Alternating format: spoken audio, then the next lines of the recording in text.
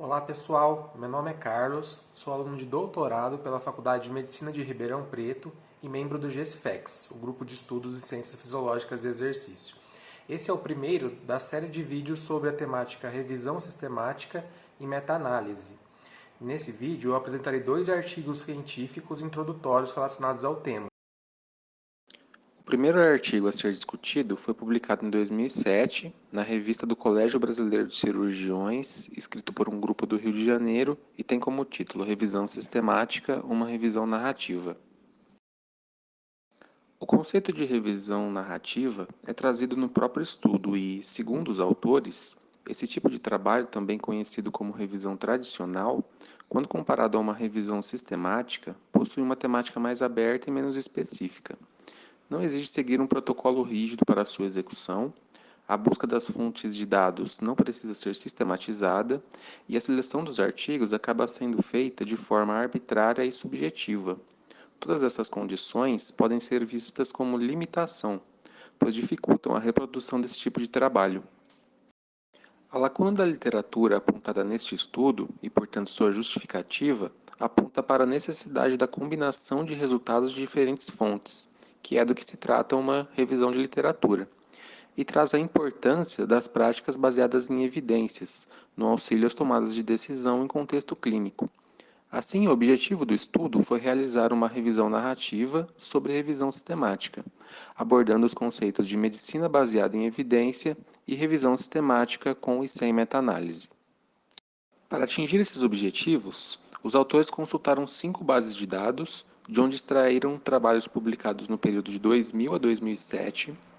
Para a seleção desses trabalhos foram utilizados estes termos, e assim 10 artigos foram selecionados. Para a síntese dos dados, as informações foram apresentadas em 2 categorias. A primeira sobre a história da revisão sistemática e a segunda conceitual, dos termos medicina baseada em evidência, revisão sistemática e meta-análise. Primeiramente, sobre medicina baseada em evidência, esta pode ser definida como uso consciencioso, explícito e judicioso das melhores evidências na tomada de decisões relativas à prática com pacientes individuais, unindo evidências produzidas em pesquisa com experiência clínica.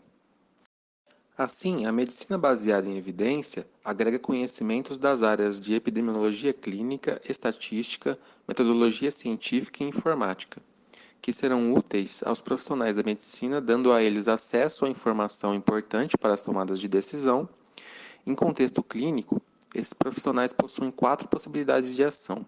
São elas: diagnóstico, tratamento, prognóstico e prevenção.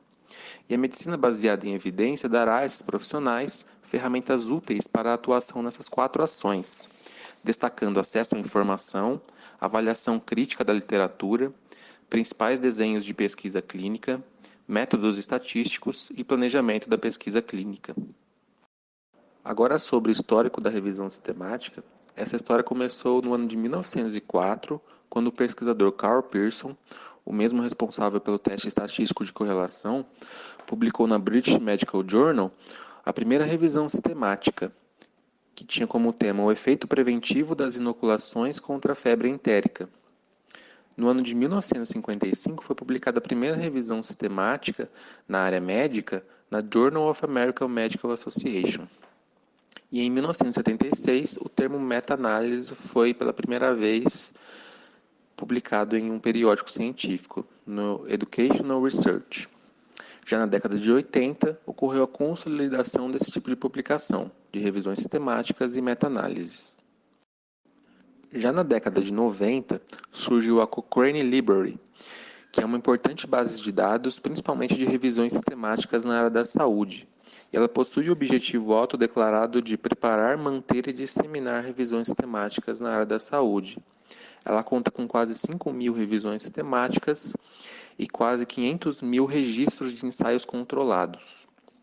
Ainda na década de 90, foram publicadas as primeiras teses em formato de revisão sistemática, ambas no ano de 1994, a tese de doutorado pela Universidade de Oxford, de Alejandro Haddad, e a tese de livre docência pela Escola Paulista de Medicina de Jair de Jesus Mari.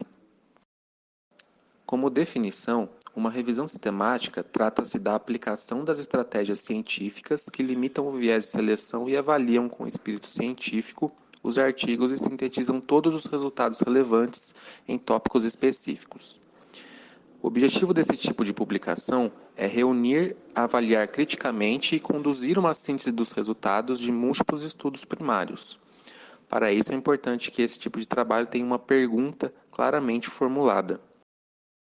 Em uma revisão sistemática, os sujeitos da investigação são os estudos experimentais primários, que servirão como unidades de análise. O método deve ser sistemático e pré-definido. E para a formulação da pergunta desse tipo de publicação, é preciso levar em conta 5 itens: o problema a ser investigado, a intervenção estudada, o efeito de comparação, o desfecho, ou seja, as variáveis estudadas, e o tempo decorrido para se avaliar o desfecho, esse último item mais específico para a área da saúde. Sobre o termo meta-análise, o prefixo meta significa além, transcendência, reflexão crítica sobre. Portanto, uma meta-análise trata-se da análise estatística de uma coleção de resultados de estudos individuais com o objetivo de integrar esses resultados. Assim, é a fase final de uma revisão sistemática, que é a análise estatística dos dados. Nem toda revisão sistemática é passível de meta-análise, mas toda meta-análise trata-se de uma revisão sistemática. Nas considerações finais deste estudo, os autores apontam para a necessidade da produção de revisões sistemáticas relacionadas a problemas cirúrgicos que auxiliarão os médicos nas tomadas de decisão. Também fala da carência de discussões sobre medicina baseada em evidência e aponta para a necessidade de mais discussões sobre revisão sistemática entre cirurgiões. O segundo artigo a ser discutido foi publicado em 2013 por 2 pesquisadores portugueses no periódico Millennium e tem como título Interpretação crítica dos resultados estatísticos de uma meta-análise, estratégias metodológicas. Uma meta-análise trata-se do passo final de uma revisão sistemática, como vista no artigo anterior. Tem o objetivo de diminuir a subjetividade dos métodos tradicionais da revisão narrativa e é a melhor evidência disponível para a prática clínica. E também é a melhor maneira de se aproximar ao estado da arte, ou seja, à fronteira do conhecimento sobre determinado tema. Uma revisão sistemática com meta-análise possui um protocolo específico e pré-determinado e deve ser descrito no trabalho. Portanto, possui várias vantagens, dentre elas, utiliza a metodologia científica, é reprodutível, evita duplicação de esforços, é rapidamente atualizada, evita controvérsias literárias, detecta intervenções inadequadas e aumenta a precisão dos resultados. Como desvantagens, ela consome muito tempo para sua elaboração, de 3 meses a 1 ano. Envolve trabalho intelectual de elevado nível. Não consegue modificar a qualidade dos estudos primários, o que pode ser visto como viés. E é impossível a um investigador isolado. Pelo menos 2 investigadores precisam trabalhar na sua execução. Os dados de uma meta-análise são obtidos normalmente através de eventos que são habitualmente dicotômicos, ou seja, a presença ou não de uma exposição para a presença ou não de um resultado. Assim, podem ser feitas várias medidas e obtidas variáveis para o cálculo do tamanho do efeito de cada estudo, gerando combinação de resultados, estimativas e medidas de variabilidade. Neste momento, vamos focar no OR, que é o Odds Ratio. Os modelos de efeito podem ser fixos ou aleatórios. Os modelos fixos, o efeito de interesse é o mesmo em todos os estudos. Assim, ele pode ser calculado pela seguinte equação, em que, para um número J de estudos, o efeito observado de cada estudo é dado pela soma do erro aleatório com o efeito comum. O erro aleatório é obtido através da média ponderada entre as medidas de efeito. Ele é inversamente proporcional à variabilidade que possui uma relação direta com o tamanho da amostra. Quanto maior for o tamanho da amostra, menor será a variabilidade, e, consequentemente, maior será o peso do estudo, ou seja, o tamanho do efeito para a análise final. Diferente dos modelos fixos, Os modelos de efeito aleatório são calculados quando o efeito de interesse não é o mesmo em todos os estudos.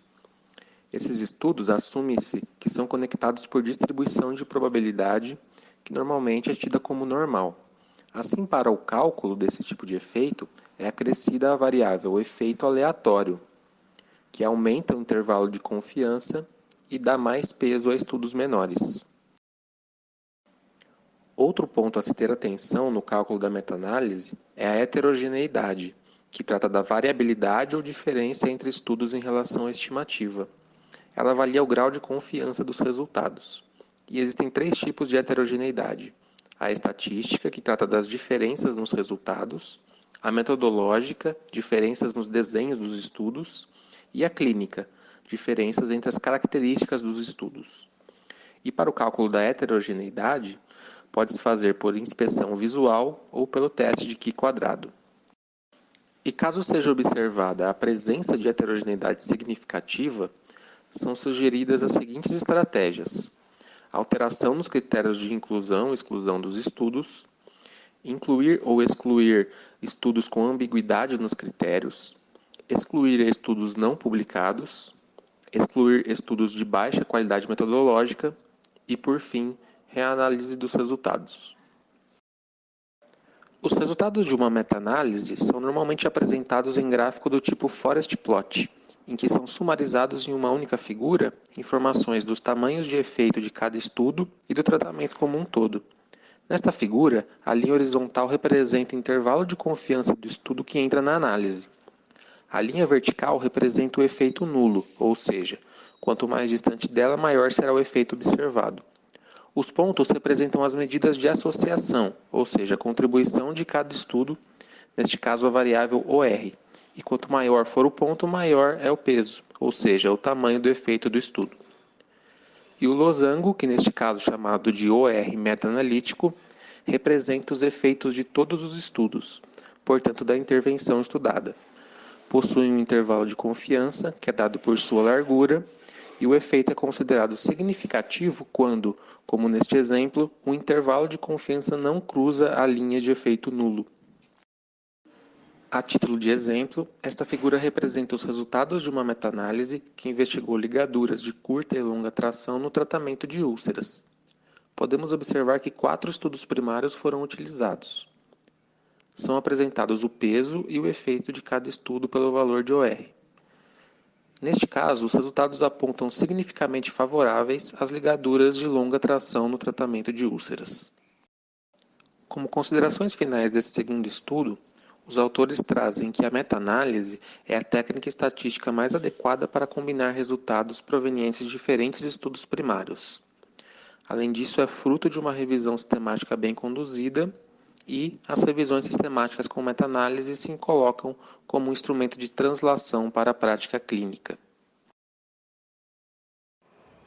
Caso tenha ficado alguma dúvida, podem entrar em contato diretamente comigo ou com o grupo. E aproveito para convidá-los a seguir nossas páginas do Instagram e YouTube. Muito obrigado pela atenção e até a próxima.